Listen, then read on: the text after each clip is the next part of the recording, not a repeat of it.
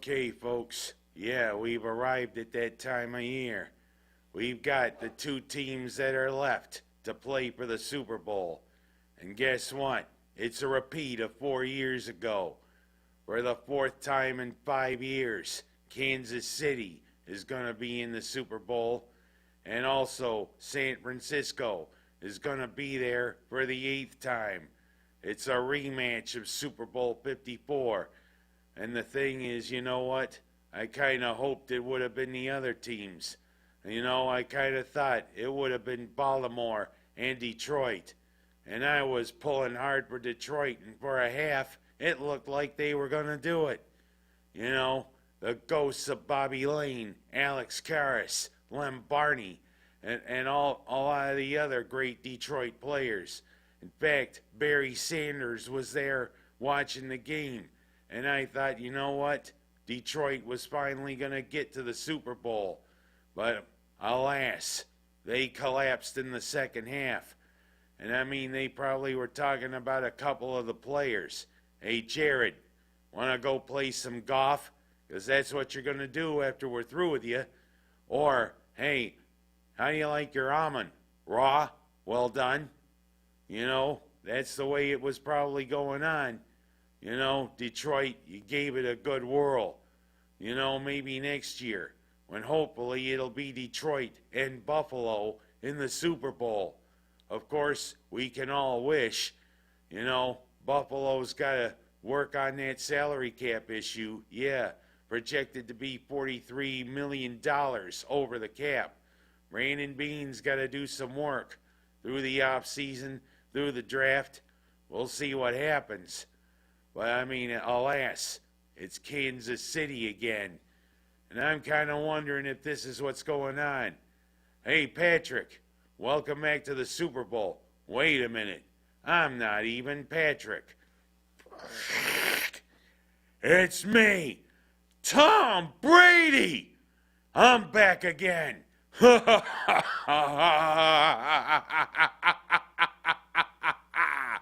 Yes, Buffalo, I'm here to torture you again. I'm just reincarnated as Patrick Mahomes.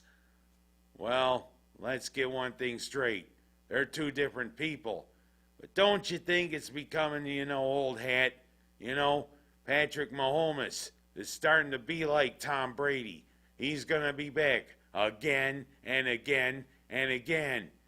And of course, what about the other dude there from Kansas City, Mr. Kelsey? Boy, we're going to have another chance to watch Taylor Swift. Rooting for him from a box. Yeah.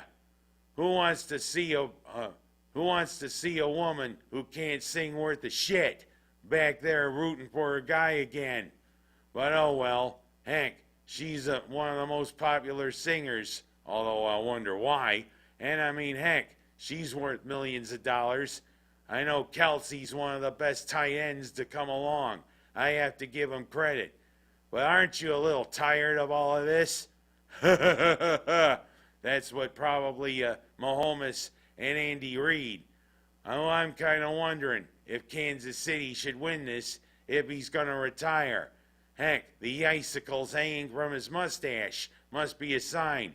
Oh, use a shovel to get them off of there, but I digress. Of course, San Francisco. Now I'm going to have a little trouble trying to come up with some nice nicknames. Hey, Brandon, you know, something gross is right there on the field. Yuck.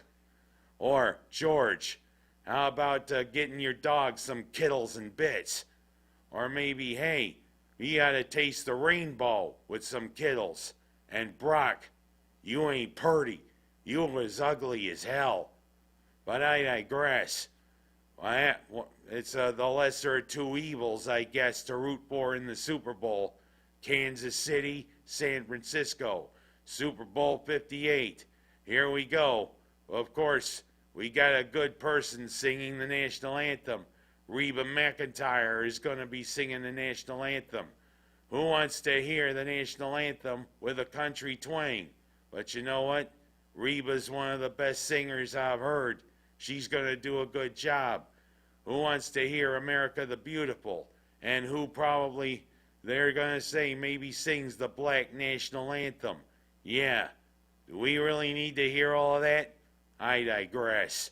It's going to be an interesting Super Bowl. And let's go from talking about the Super Bowl. Syracuse had a rough week, losing 2 out of the 3 games since I've last talked. Losing to Florida State. Losing to Boston College a couple of nights ago up in Boston College. But then the pretty good win against North Carolina State on our home court. Thing is, Syracuse, now it's time to really start putting things together. We're heading into the stretch now where we really got to impress the NCAA voters. Hey, we got Quad 1, Quad 2. Of course, there's Quad 3 and Quad 4 to make up all the quads. But that's a foursome for you. And I don't want anybody getting any ideas. But you know what, Syracuse, you really got to start putting it together. We're heading down the stretch. There's another game against North Carolina is on the horizon. And of course, we got other heavy hitters. We got Clemson, and also, we got others coming up. We got to start putting the focus together to impress the NCAA voters. Adrian Autry, you got to start working your magic. Let's see what happens, Cuse. And of course, this is around the week when the lacrosse team gets underway. 7 straight home games, I think, open the season. You know what? Gary Gates going to have a pretty good home field advantage. This is the 3rd year he's going to be coaching the Orange lacrosse team. Usually by the 3rd year, you start seeing the qualities of a coach. Sometimes they haven't given coaches 3rd years. Of course, some football coaches coach 1 year and then the university wants to get rid of them. But hey, they've given Gary Gate 3 years now. Yeah, we saw the dearth of talent in the 1st year. 2nd year, we saw a little promise. Now it's time to see what Gary Gate can do with the lacrosse team. It's going to be an interesting month of February as we head towards the NCAA tournament. And heck, I'm going to close by talking about a couple of winter sports. You see where that Russian skater, Valieva, was banned for doping? Yeah. More problems from Vladimir Putin and his state-sponsored doping.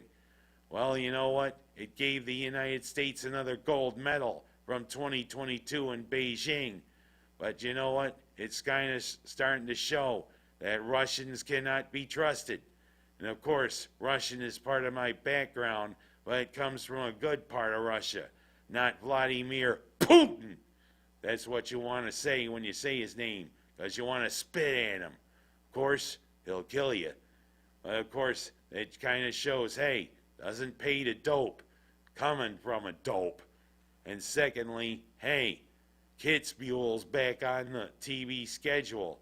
You know, I noticed that a couple of weeks ago when it happened there on the NBC. It's pretty good to see downhill that was always featured on Wide World of Sports for so long back on the TV. Heck, Kitzbühel is the most dangerous but the most prestigious of all the World Cup downhills. 2 miles of sheer terror. Although there is a little bit of a flat section in the middle part of the course. But once you hit that finish curve and head towards the finish line, you're doing 90 miles per hour on skis. That would strike fear even into the most ice-blooded of anybody. But you know what? Kitzbühel's always a big test. It's glad to see it back on TV. Even if a Frenchman, Sarrazin, won both of the downhills this year. Keep showing it on TV. And of course, one of the commentators, Peekaboo Street. I see you. Oh well. I'm Ken, and that's my story for this week. See you next week.